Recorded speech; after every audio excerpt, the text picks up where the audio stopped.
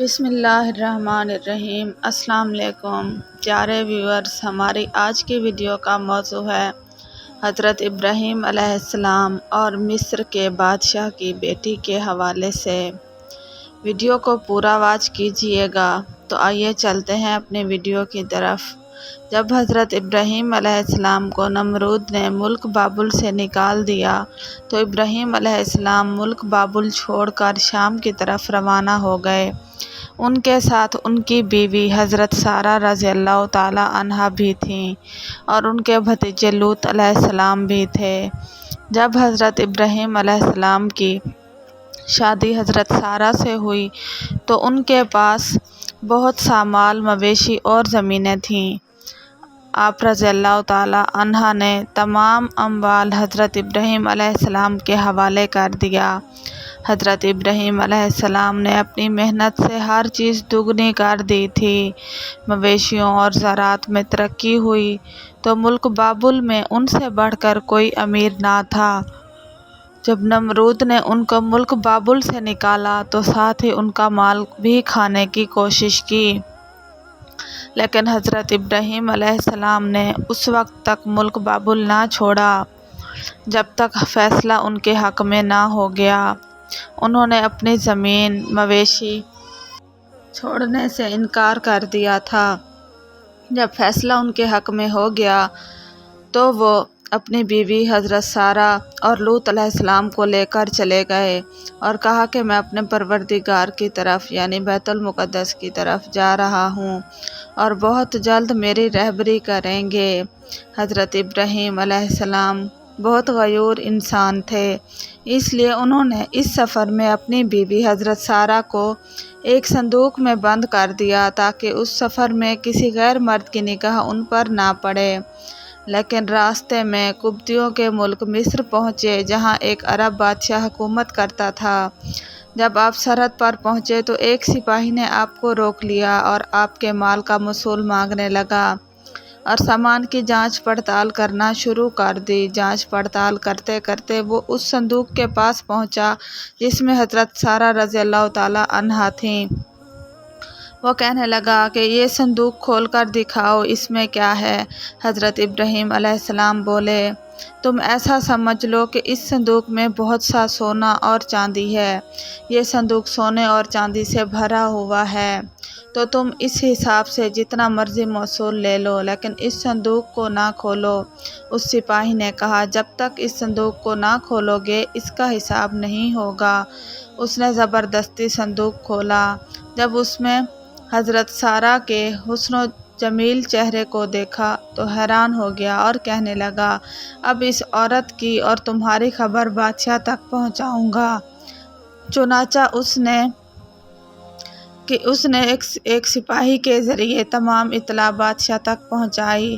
بادشاہ نے چند سپاہیوں کو بھیجا اور وہ بولا کہ اس صندوق کو اٹھا کر لے آؤ، تو حضرت ابراہیم علیہ السلام بھی ساتھ جانے لگے تو سپاہیوں نے انہیں روک لیا۔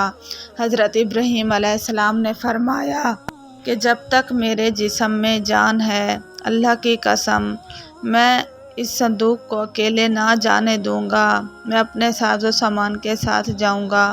جب بادشاہ کو اطلاع ملی تو بادشاہ نے حضرت ابراہیم علیہ السلام کو ساتھ آنے کی اجازت دے دی۔ اس طرح حضرت ابراہیم علیہ السلام کو اس صندوق اور ان کے ساز و سامان کے ساتھ بادشاہ کے حضور پیش کیا گیا۔ جب بادشاہ کی نظر حضرت سارہ پر پڑی تو بے اختیار بادشاہ کا ہاتھ حضرت سارہ کی طرف اٹھ گیا۔ حضرت ابراہیم علیہ السلام نہایت غیرت مند انسان تھے، یہ سب نہ دیکھ سکے اور دوسری طرف منہ کر کے اللہ تعالیٰ سے التجا کی کہ اے اللہ، میری اہل حرم کو اس سے محفوظ رکھنا۔ اسی وقت بادشاہ کا ہاتھ سوکھی لکڑی کی مانند ہو گیا۔ بادشاہ نے ابراہیم سے کہا، کیا تمہارے خدا نے میرا ہاتھ خشک کر دیا ہے؟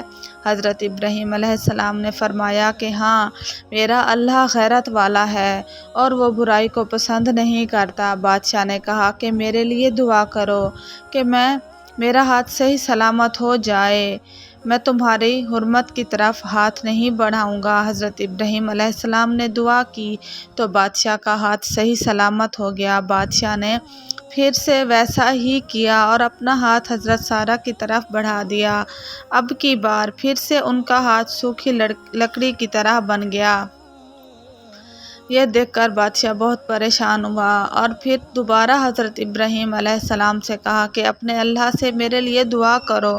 اب کی بار ابراہیم علیہ السلام نے کہا کہ میں ایک شرط پر دعا کروں گا، اگر آپ وعدہ کریں کہ آپ پھر سے ایسا نہیں کریں گے، اور اگر آپ نے ایسا کیا تو میں پھر سے آپ کے لیے دعا نہیں کروں گا۔ بادشاہ نے کہا کہ مجھے معاف کر دو، اب کی بار میں ایسا کچھ نہیں کروں گا۔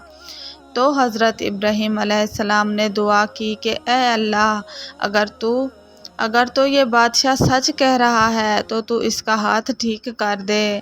اور پھر بادشاہ کا ہاتھ ٹھیک ہو گیا اور اس کے دل میں حضرت ابراہیم علیہ السلام کا خوف بیٹھ گیا اور وہ کہنے لگا کہ اب میں تمہارے مال اور حرمت سے آزاد ہوں، میں ایسا کچھ نہیں کروں گا، تو تم بے فکر ہو جاؤ اور جہاں چاہو رہو۔ اور اس نے حضرت ابراہیم علیہ السلام کی بہت تعظیم کی اور ان کے پیچھے ہو گیا۔ بادشاہ نے کہا میری ایک حاجت ہے۔ حضرت ابراہیم علیہ السلام نے پوچھا کہ وہ کیا؟ بادشاہ نے کہا کہ میں اپنی بیٹی کو بطور کنیز حضرت سارہ رضی اللہ تعالیٰ عنہا کو دینا چاہتا ہوں۔ تو حضرت ابراہیم علیہ السلام نے کوئی اعتراض نہ کیا۔ اس طرح بادشاہ نے اپنی بیٹی حضرت سارہ کو بطور کنیز پیش کر دی۔ وہ کنیز کوئی اور نہیں بلکہ حضرت ہاجرہ رضی اللہ تعالیٰ عنہا تھیں۔ اور اسی طرح بعد میں اللہ کے حکم سے آپ نے حضرت ہاجرہ رضی اللہ تعالیٰ عنہا سے نکاح کیا اور انہی کے بطن سے آپ کے بیٹے حضرت اسماعیل علیہ السلام کا جنم ہوا۔ اس طرح آپ اپنے اہل و عیال، اپنی ازواج مطہرات کو لے کر وہاں سے روانہ ہوئے تو بادشاہ تعظیم کے تحت آپ کے پیچھے ہو لیا۔ اسی وقت آپ پر آسمان سے وحی نازل ہوئی کہ اے ابراہیم رک جاؤ، تم اس بادشاہ کے پیچھے چلے جاؤ، بے شک وہ بادشاہ ہے، کافر ہی سہی، لیکن وہ اس وقت بے بس اور لاچار ہے اور تم پر اس کی تعظیم فرض ہے۔ اس طرح حضرت ابراہیم رک گئے اور بادشاہ سے کہنے لگے کہ آپ آگے آ جاؤ، میں آپ کے پیچھے چلوں گا۔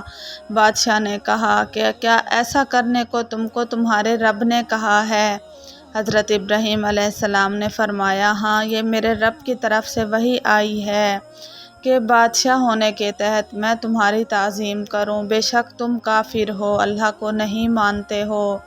اس طرح بادشاہ کے دل پہ بہت اثر ہوا اور اس نے کہا اے ابراہیم، تمہارا اللہ بڑا مہربان ہے، بڑا کریم اور بردبار ہے، تم نے مجھے اپنے دین کی طرف راغب کر لیا ہے اور میں تمہارا دین قبول کرتا ہوں۔ اس طرح بادشاہ مسلمان ہو گیا اور حضرت ابراہیم علیہ السلام کو روانہ کر دیا۔ حضرت ابراہیم علیہ السلام اپنے اہل و عیال کے ساتھ شام پہنچے اور وہاں اس جگہ پر رہنے لگے جو فلسطین اور شام کے لوگوں کے آنے جانے کا راستہ تھا۔